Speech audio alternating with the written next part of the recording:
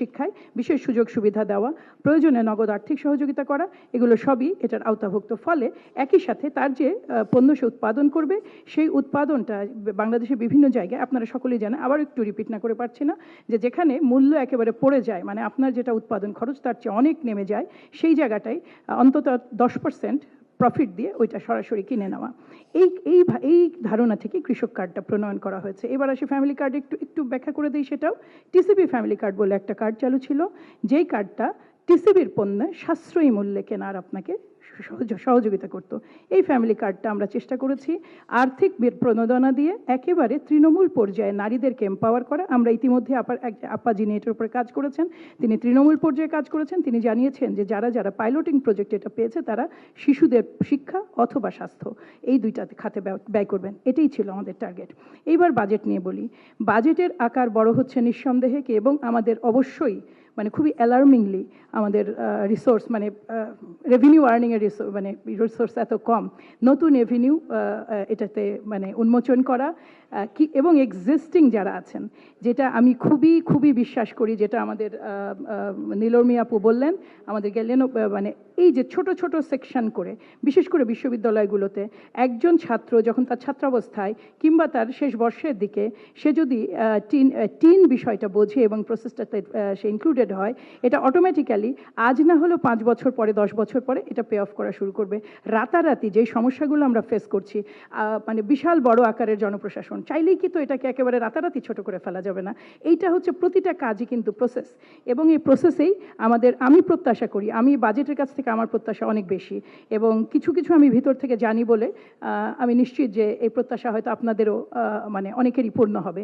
কিন্তু সবচেয়ে বড় কথা, বাজেট একটা প্রণয়ন করলাম, অত্যন্ত চমৎকার, আমরা শিক্ষা খাতে বরাদ্দ দিলাম, সবই দিলাম, কিন্তু যেই টুল দিয়ে আপনার এই যে বাজেট বাস্তবায়ন সক্ষমতা, যেটা বরাবর আমাদের একেবারে সর্বনিম্ন, মানে আমার মনে হয় যে এটার মতো হতাশাজনক আর কিছু হতে পারে না। আমাদের মানে প্রতিবন্ধী থেকে শুরু করে অন্যান্য আরও অসংখ্য, আমি এবার প্রতিবন্ধী বোনের জন্য বলি, আমি নিজে প্রতিবন্ধী সন্তানের মা, এবং আমি নিজে দীর্ঘদিন ধরে এই অ্যাক্টিভিটিসটার সাথে জড়িত।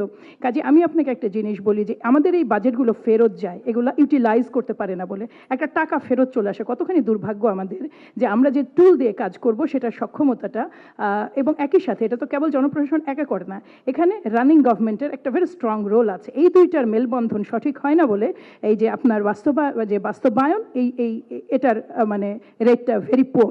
এইবার আমরা প্রত্যাশা করি, এইবারের সংসদ বলুন, এইবার আমাদের আলোচনার ধরন বলুন, এইবার আমরা যেইভাবেই দেখছি, আমরা প্রত্যাশা করি বাজেটে এমন বহু বিষয় আছে, বা আমাদের আগামী সংসদে আমরা এগুলো নিয়ে ডিসকাস করার আমাদের মানে সুযোগ আছে। প্রতিটা ভালো পরিকল্পনাকে আমরা ওয়েলকাম করি, কিন্তু শুধু আবারও বলি, বাস্তবায়ন প্রসেসে আপনাদের প্রত্যেকের অংশগ্রহণ প্রয়োজন। আপনি ট্যাক্স পেয়ার, আপনি সেভাবেও আপনি আমার একটা পার্ট হতে পারেন। ব্যবসায়ী বান্ধব পরিবেশ তৈরি করার জন্য প্রথম এবং প্রধান দরকার সরকারি দলের স্ট্যাবিলিটি, এবং বা সরকারের স্ট্যাবিলিটি। ওই সরকারের স্ট্যাবিলিটি আর্ন করতে হলে বিরোধী দলেরও সমান ভূমিকা আছে বাকি সমস্ত মানে দেশের প্রতিটা অর্গানের মানুষের।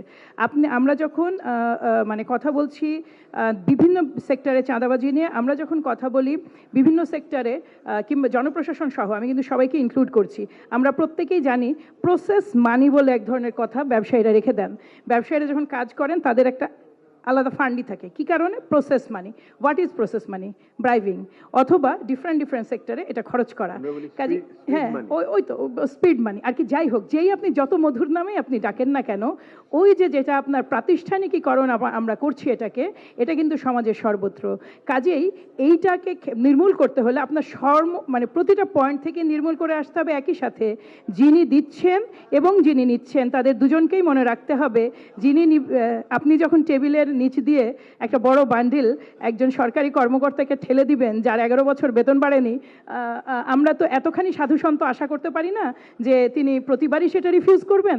কাজে এই সিস্টেমটা আপনি খেয়াল রাখবেন, আপনিও কিন্তু দিচ্ছেন বলেই আপনি দিচ্ছেন, এবং এই জিনিসটা আপনি মনে রাখবেন। আপনার বাসায় যখন ইলেকট্রিসিটি লাইন, যেটা আমার মিলন ভাই একটু আগে বললেন যে ওনার ইবনে সিনায় ঘটেছিল, এটা বাড়িতে ঘটে। 25,000 টাকা ইলেকট্রিসিটি বিল আসলে ইলেকট্রিশিয়ান হাজির হয়, মানে সরি ওই যে ওই অথরিটির লোকজন হাজির হয় যে আমাকে 15,000 দেন, বিল 5,000 করে দেবো। আপনি 20,000 টাকা দিচ্ছেন।